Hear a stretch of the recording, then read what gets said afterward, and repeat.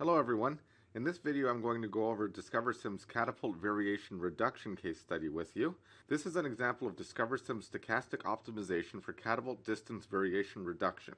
The target catapult firing distance is y equals 50 feet plus or minus 2.5 feet. To keep this model simple, only 4 factors are included. Spring constant. The spring constant is the force per foot required to pull back the catapult arm. Another factor is the pull distance. This is the distance in feet the arm is pulled back to launch the mass.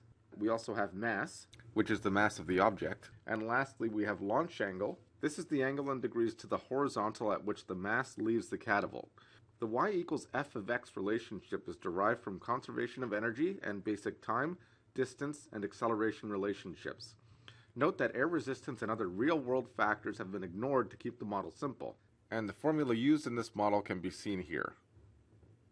In this study, we will use DiscoverSim to help us answer the following questions. What is the predicted process capability with these nominal settings?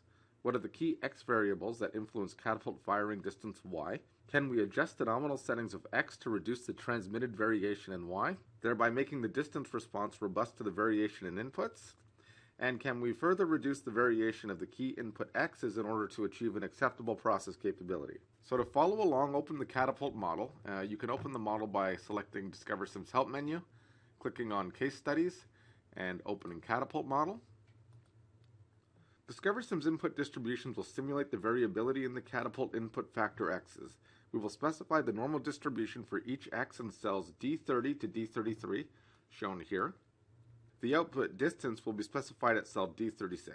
The input distribution parameters are shown in the table displayed here. Now, first we're going to click on cell D30 and we're going to specify the input distribution for x1, spring constant. So now we're going to select DiscoverSim's input distribution button.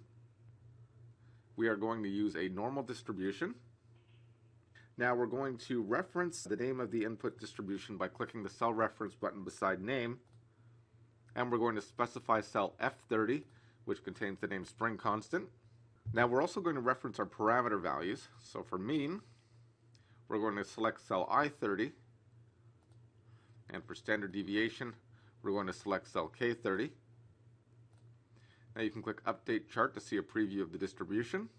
And click OK to create your input distribution. Now we're going to use DiscoverSim's copy and paste features to paste the distributions down to cell D33. So with cell D30 selected, click on Copy Cell, highlight cells D31 to D33, and click on Paste. And now we have 3 more normal distributions created, referencing the cells here in the Distribution Parameters window. And we can hover over cells D30 to D33 to view the input comments. Now we're going to create our output, so click on cell D36 and click on Output Response. Note that cell D36 contains the Excel formula for catapult firing distance. Excel range names are used rather than cell addresses to simplify interpretation. Now for the name, enter distance. And for your LSL, target, and USL, enter the values shown here. Note that these come from our requirement of a target distance of 50 feet plus or minus 2 feet. You can leave the weight and output goal at defaults and click on OK. And of course we can hover over the cell to view the output information. Now we're ready to run our simulation, so click on the Run Simulation button. Select Report Options Sensitivity Analysis. And we're going to display some sensitivity charts. So click on Sensitivity Charts and leave correlation coefficients checked. For your seed value, enter a value of 1, 2, 3, so your values match those shown in this demonstration, and click on Run. The DiscoverSim output report shows a histogram, descriptive statistics, and process capability indices. Now from the histogram and capability report, we see that the catapult firing distance is not capable of meeting the specification requirements.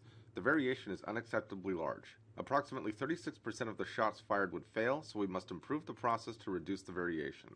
Now note that the output distribution is not normal, it's skewed left, even though the inputs are normal. This is due to the nonlinear transfer function. So now click on the sensitivity correlation sheet, and we can see that launch angle is a dominant input factor affecting distance, followed by pull distance.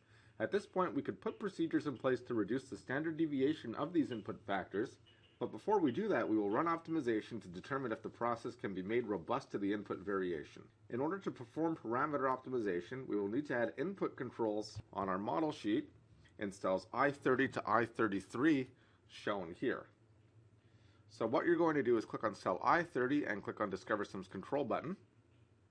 We're going to reference the control name, and for the control name, click on cell M30. And your min and max are going to be in N30 and O30 respectively. Now click on OK. And once again, we're going to use DiscoverSim's copy and paste tools. So with the control selected, click on the copy cell button. Highlight cells I31 to I33 and click on paste. And of course, we can hover over the controls to view information about them. So now that we have a model containing inputs, controls, and an output, we are ready to perform the optimization. So click on DiscoverSim's Run Optimization button. Your optimization goal is going to be maximize. The output metric will be weighted sum.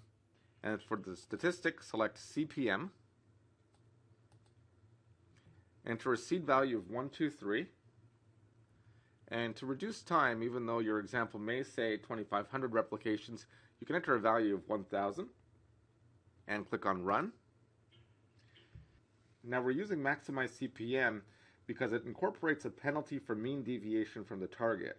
We want the distance mean to be on target with minimal variation.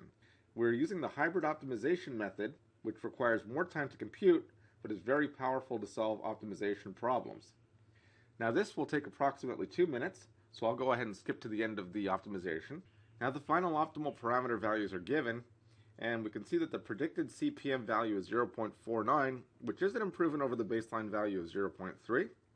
So now we're also being prompted to paste the optimal values into the spreadsheet. So click on Yes, and we can see that the optimal values have been pasted in. And note that the expected values displayed in the input distributions are not automatically updated, but the new referenced mean values will be used in the simulation. Now select Run Simulation, click on Report Options Sensitivity Analysis. We're going to check sensitivity charts and correlation coefficients. Make sure your seed value once again is set to 1, 2, 3 in order to replicate the results in this demonstration. And click on Run. Now we can see that the resulting simulation report confirms the predicted process improvement. Now we can see that the standard deviation has been reduced from 2.75 to 1.74. The percent total out of spec has been decreased from 36% to 15.3%. This was achieved simply by shifting the mean input values so that the catapult transmitted variation is reduced.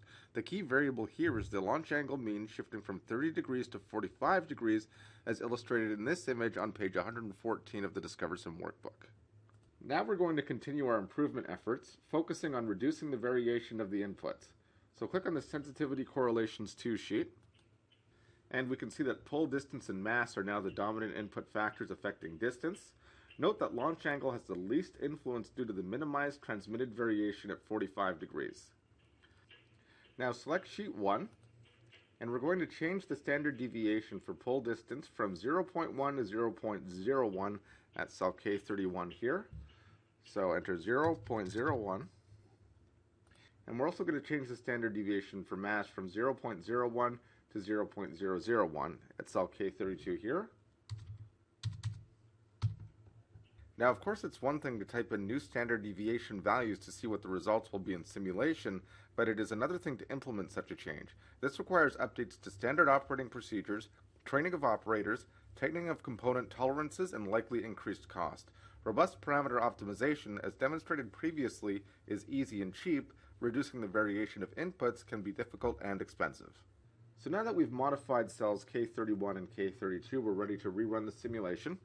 So click on the Run Simulation button, leave everything at defaults and click Run. And now we can see that the standard deviation has been further reduced to 0.46, and the total percent out of spec has decreased to 0.2. Now note that the distribution is not normal, it's skewed left due to the nonlinearity in the transfer function.